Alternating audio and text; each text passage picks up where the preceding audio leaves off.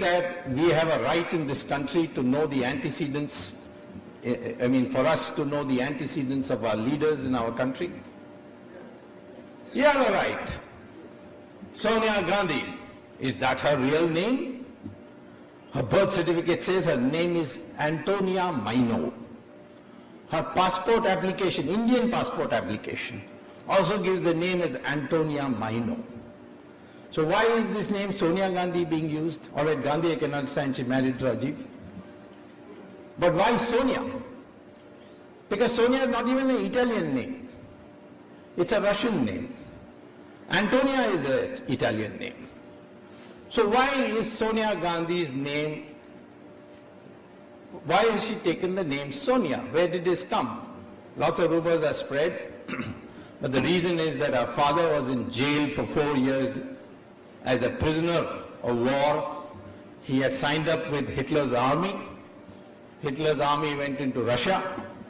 So in Vladimir, near St. Petersburg, he was taken prisoner and kept in jail for 4 years.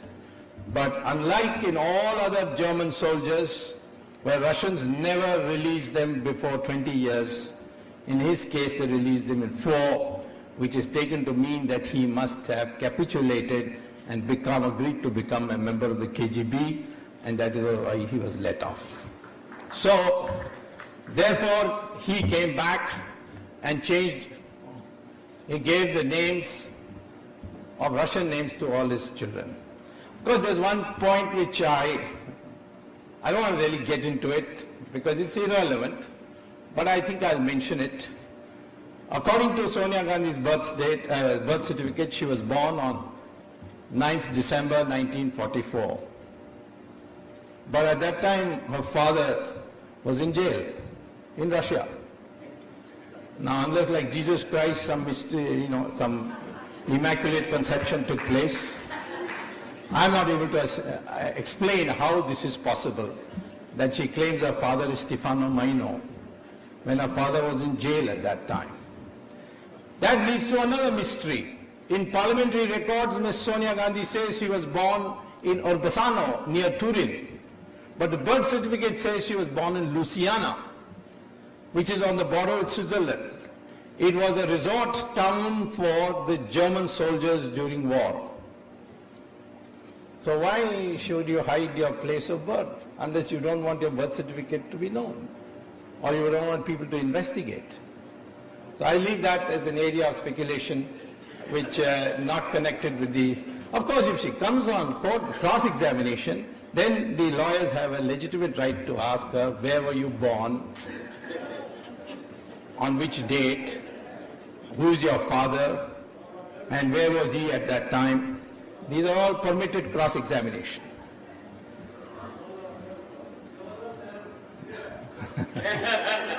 It seems to be a problem with the Nehru family. Nobody knows who's his father and who's his mother. Now, another thing is says that Sonia Gandhi faked her degree, Cambridge University. Is that wrong? I got a letter from the University of Cambridge. She has given an affidavit, sworn affidavit as a candidate that I studied English in the University of Cambridge. And I got a letter from the University of Cambridge that there was no such student, ever. I went to court, and finally what the Chief Justice of the Supreme Court told me, be generous, Dr. Swamy, be large-hearted, this is an old matter, leave it. Of course, subsequently, Sonia Gandhi has dropped from her affidavit the claim that she was educated in the University of Cambridge. That itself is an admission of perjury, because in one affidavit you say you were, another affidavit you say you keep silent on it. It means that you have admitted perjury. But unfortunately, our society is not tough enough. In any other country, if you had faked your educational degree, or even in our country, an ordinary man gets an employment by faking his educational degree, he loses his job. And the Supreme Court has repeatedly upheld that one of the most heinous crimes is to fake your educational degree to get a job. And here, somebody who wants to rule the country has faked it. The only objection I have to Satya's advertisement in the New York Times is he says that she passed high school. She did not pass high school. Beyond 5th class, she did not study. In this, she shares a common educational background with Karunanidhi. Now, it says in the advertisement that she worked as an au pair. What did you work as? If you were not studying in the University of Cambridge, you were 5 years in England, how did you support yourself? Don't you think we have a right to ask this question? Even in marriages, we ask these questions. Where you study? Every detail is asked for. The antecedents are asked for. Why can't the antecedents of Sonia Gandhi be asked for? Where did you work? 5 years. Without a high school certificate, without a college degree. Where did you work in London? And for whom? The country has a right to know. I'm telling you, I have done an investigation. It is shocking what I found out. It is for her to say. If there's cross-examination, certainly she will be asked this question. Where did you work? Who were your employers? Can I not ask this question? If I apply for a job, the first thing they'll ask me who your previous employers were. And here you want to be the leader of the country. You have no right to ask this question. For that, they are putting a defamation case in order to silence you, so that you won't ask these questions again. In the citizenship question, is she a citizen of India? She is a registered citizen. She got the citizenship by registration. Of course, after almost 18 years, after being in India. But in the form which I got a photostat copy, which is there in my website, I've scanned it. It says, have you renounced your citizenship of that is Italy? And what does Sonia Gandhi write? Not applicable. Why? How can you write that? A junior officer objects to that. Say, no, you can't write that. You have to present a certificate from your government to say that you have renounced your Italian citizenship. She produces a letter from the ambassador of Italy in Delhi saying that Sonia Gandhi has informed us that she has renounced her citizenship. And Indira Gandhi orders that should be accepted. Under Section 10 of the Citizenship Act,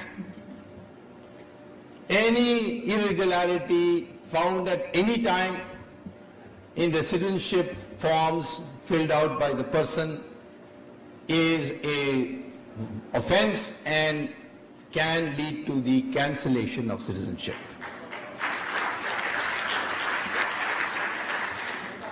A new government in India, without Sonia's chamchas in it, can easily cancel her citizenship with one stroke of the pen. The Home Minister can write, I, having satisfied myself that Ms. Sonia Gandhi did not fill the application forms properly, hereby order the cancellation of her citizenship.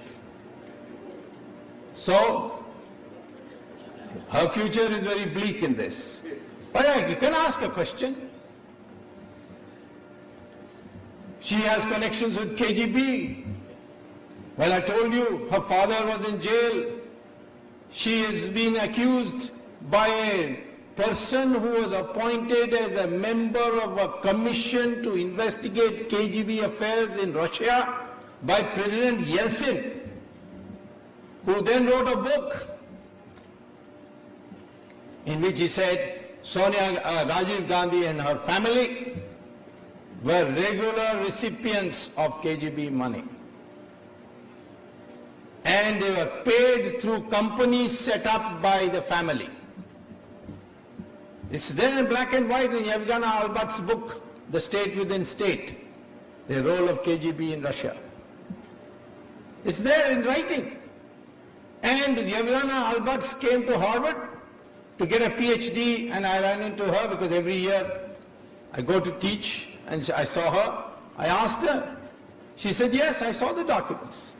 Yeah, by President Yeltsin, who then wrote a book in which he said Rajiv Gandhi and her family were regular recipients of KGB money. And they were paid through companies set up by the family. It's there in black and white in Yevgeny Albat's book, The State Within State, the role of KGB in Russia. It's there in writing. And Yevgeny Albat came to Harvard to get a PhD, and I ran into her because every year I go to teach, and I saw her. I asked her. She said, yes, I saw the documents. These were given to me as a member of the commission. Then I asked the Americans, do you have a record? They said, it's all there in the libraries. So I went to the Harvard Library, downloaded it, filed it in the Delhi High Court. The Delhi High Court then issued notice to the CBI. Go find out. The CBI came back and reported the Russians are ready to give the originals and attest the copies, provided we give them a letter rogatory, which is a communication from the courts of India to the government of Russia. And that letter rogatory cannot be obtained unless you register an FIR. But the government of India refused to register an FIR, and that is why my case went by abeyance. That case can be revived any time. So what is wrong in saying KGB? There's prima facie evidence. It's for her to prove or disprove. She had received $2 billion into her name in 1991. Who says this? The government of Switzerland. Why do they say it? Because the Americans put pressure on the Switzerland government to tell them about Marcos, Imelda Marcos, and whatever that other Marcos's name was. Fidel. Ferdinand Marcos. Ferdinand Marcos. And they put so much pressure that the Swiss authorities tabulated all foreign leaders who had accounts, illegal accounts, and they put the photograph of Rajiv Gandhi in a magazine called Schwester Illustrated. Schwester is another name for Switzerland in German. And that has in it a caption under Rajiv Gandhi's photo. He and his family owned $2 billion November 1991.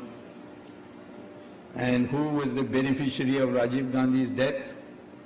Sonia Gandhi. All that money has gone to her. All the money of Indira Gandhi, Sonia Gandhi. Most of the money of Sanjay Gandhi, Sonia Gandhi. Death is very profitable for Sonia Gandhi. I would say that any criminal case, the first suspect is always the beneficiary. Someday we may have to find out. So what is wrong in asking these questions? Antique smuggling. Her sister, Anushka, that's a Russian name. Her real name is Alexandria. But father gave the name Anushka. She has two shops in Italy. One is called Ethnica, means Rivolta, and another is called Ganapati, in the hometown of Sonia Gandhi's mother, or Bassano. And photographs have been produced, I've put it in court, and it shows antiques stolen from all over India. Who carted them there? The LTTE. People wouldn't believe me when I said that, but only now when the Italian government has announced that they have arrested 33 LTT persons in Italy, that people have come to know maybe there is something after all. Quattrochi used to sell weapons to the LTT. And LTT has a huge presence in Palermo and in Naples and Milan. Now, of course, the Americans have got tough with them, so all the European governments are now cracking down on them, including Canada. So, anyway, antique smuggling. Why should the sister of Sonia Gandhi have an antique shop in the first place of Indian antiques? So that these are smuggled, they will be kept in the shop, then they will prepare bogus bills and take it to London and auction it with Sotheby's and Christie's. This racket also I documented, court was convinced, issued notice to the CBI. CBI went to Italy, Italy wrote back, give us a letter rogatory. Need an FIR for that. The government of India said no. We will not register an FIR. The matter is there. No further. So these are things which should shock you. Our own national wealth being squandered like this, taken abroad, stolen, put on Air India flights, using your government power to see it is not inspected. These are the things you brought, that this is a bogus Gandhi. She's not a real Gandhi. I have only one dispute, by the way, with all these websites about the legitimacy of the parentage of various Nehrus and Gandhis. Rajiv Gandhi was not son of some Firoz Khan, as all these websites are putting out. He's the grandson of, or rather Firoz Gandhi was the son of a well-known lawyer of Allahabad called Kakkar. And Kakkar is also mayor of Allahabad, and once he defeated Jawaharlal Nehru in an election. So, of course, parentage has never been a strong point of the Nehrus, so we won't go into that and get into a lot of complications. Similarly, the question of Rahul Gandhi. Why is he registered as Rahul Vinci, R-A-U-L-V-I-N-C-I, in some rock and roll Rollins College in Orlando or some place like that, which is a Christian missionary college? Why didn't he register himself as Rahul Gandhi? Why is it that he claims he's got an MPhil? His name is not there as a student also. Then his name is not there in the exam and the registrar's office of those who have taken exam. For the year he has mentioned, 95. So how did he claim he's MPhil? He first originally came, he went to Harvard. Yes, he went to Harvard in the sense that when Rajiv Gandhi is Prime Minister, Hindujas gave $11 million to the Harvard Medical School, and on donors quota. He entered. Harvard has this quota, but then once you enter, then you have to compete. In 3 months, Harvard said, I don't think you really belong here. So he dropped out. So now he doesn't use the word Harvard. Unfortunately for him, someone like me is in politics in India who has long-standing connections with Harvard. Why do you tell lies like this? Because in our country we respect education. We respect the Pandit. So you tell a lie about your education. All of us work so hard to pass examinations, get a degree. These guys don't do anything and they put themselves a degree in front. Is Rahul a citizen of India? Well, he was born in India. But then the Italian law says that if your mother is an Italian citizen at the time of your birth, which is 1970, which time Sonia Gandhi was a citizen, then you automatically become a citizen of Italy. And the law in India says you cannot be a citizen of India unless you renounce the citizenship of another country. Rahul Gandhi has never renounced that citizenship because you are required by law to declare and give a certificate from the Italian government, I have renounced my citizenship. In fact, he uses an Italian passport in the name of Rahul Vinci.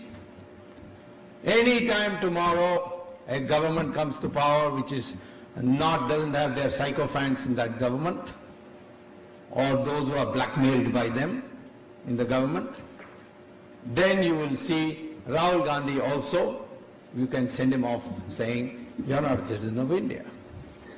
One of the things that they have secretly kept, which I fortunately got now, Rahul Gandhi had gone and got admission in St. Stephen's College on two grounds. A, he was a Christian, in record, and B, he was a marksman rifle shooter. So on the sportsman quota, he was given admission, not on grades.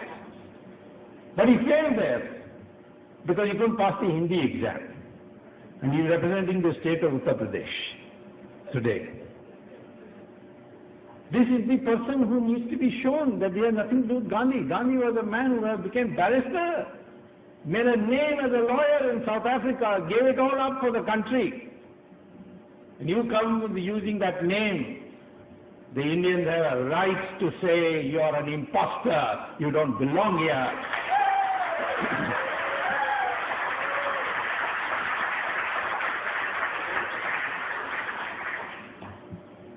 Rahul Gandhi was arrested in Boston airport.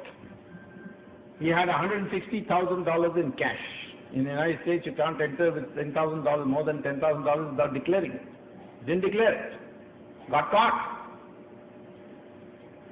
He had with him a friend by name Veronique Cartelli, citizen, passport holder of Spain, father Colombian.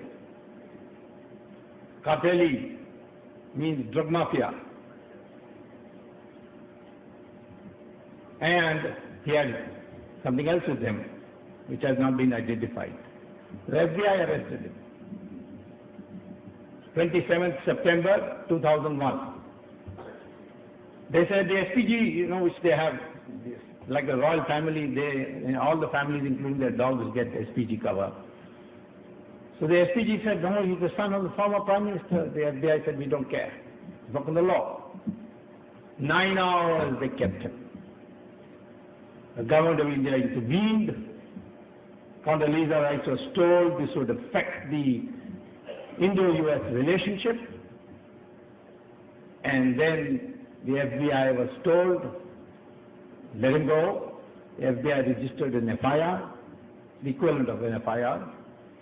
I don't know what they call it here, criminal case or whatever. And they said, whenever you want, we can call you, but you can go. So they let him off to go back.